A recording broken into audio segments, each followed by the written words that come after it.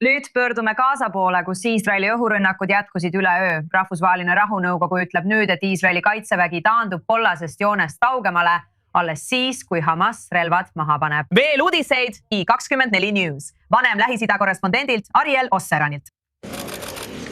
See on raske faasi algus.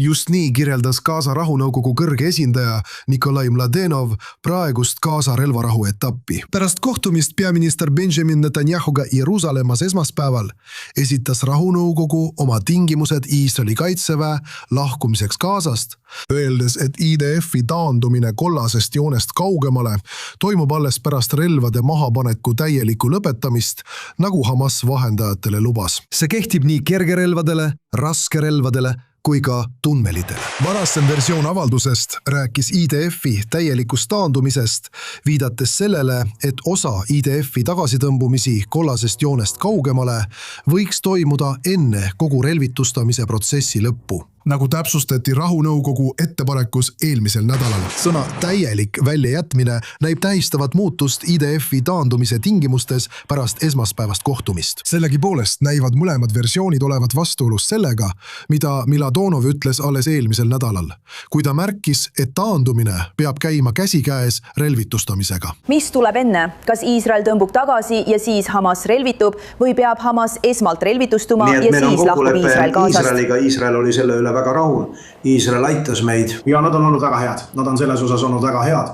Enamik inimesi ütles, et see oleks tehing, mida pole võimalik teha. Nüüd, kas sellega tuleb tõuse ja mõõnasid? Seal on väga keeruline olukord.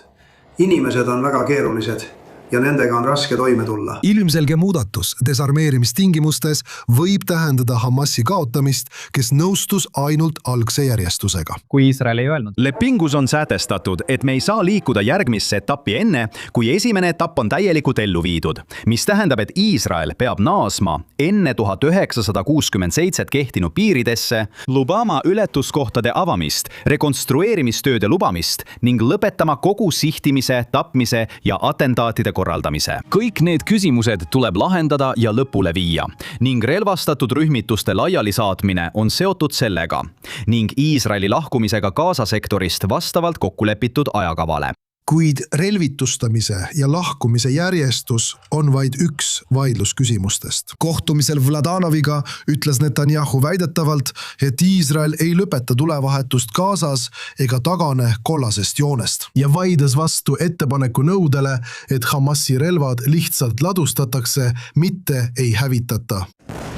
Samal ajal on Iisrael suurendanud oma rünnakuid Gazas pärast rahunõukogu tegevuskava väljakuulutamist. Tunde pärast esmaspäevast kohtumist Mladenoviga viis Iisrael Gazas läbi täiendavaid rünnakuid, tappes 2 inimest sõidukis, samal ajal kui Gaza relvarahu jätkuvalt proovile pannakse.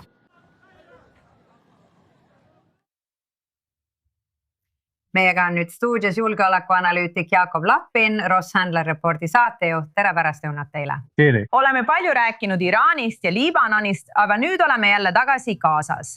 Me ei tohi unustada, et see on kestnud kogu selle aja, kui me oleme ju ka kuid rääkinud. Peamiselt Iraanist ja Hormuzi väinast. Mida see meile ütleb? Kas me oleme siin ohus, et see võiks paisuda millekski tõsisemaks? Ma ei arva, et me peaksime muretsema sellepärast, et Gazas võiks midagi puhkeda. Mille pärast me peaksime muretsema on see, et me ei satuks diplomaatilisse lõksu, mis viiks eemale Iisraeli põhijulgeoleku huvidest.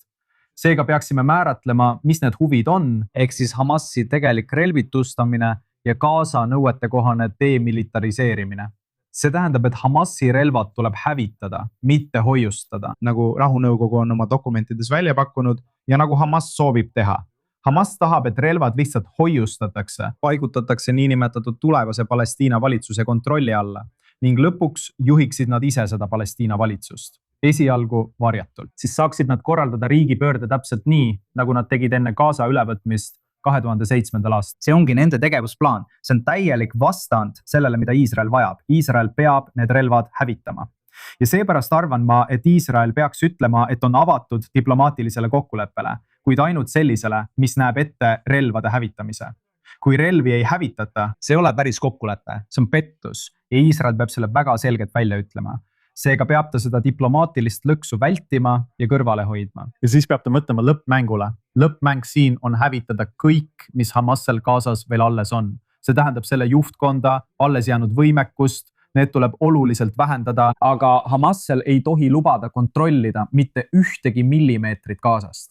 Ja siis saame hakata rääkima Gaza uuendamisest, teisest valitsusest, deradikaliseerimisest. Tead, mõtle Berliinile pärast teist maailmasõda. Just seda peaks Iisrael oma vaatenurgast Gazast taotlema. Muidu jääme me sellesse tsüklisse pikaks ajaks lõksu. Aga kuidas on rahvusvahelise rahunõukoguga? Ma mõtlen, kas see on lihtsalt pelvalt sümboolne organisatsioon, kui me oleme ikka veel selles olukorras ja tegelikult polegi eriti midagi teha? See jääb sisuliselt ebaoluliseks organisatsiooniks seni, kuni Hamas kontrollib Gaza sektori elanikkonda ja omab relvamonopoli selles Gaza osas, mida ta kontrollib.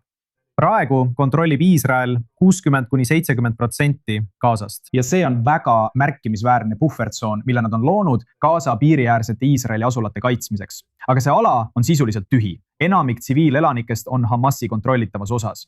See ei saa nii jääda. Kõik Gaza tsiviilelanikud peavad sisuliselt olema Hamasi režiimi alt ära, sest see annabki neile jõu.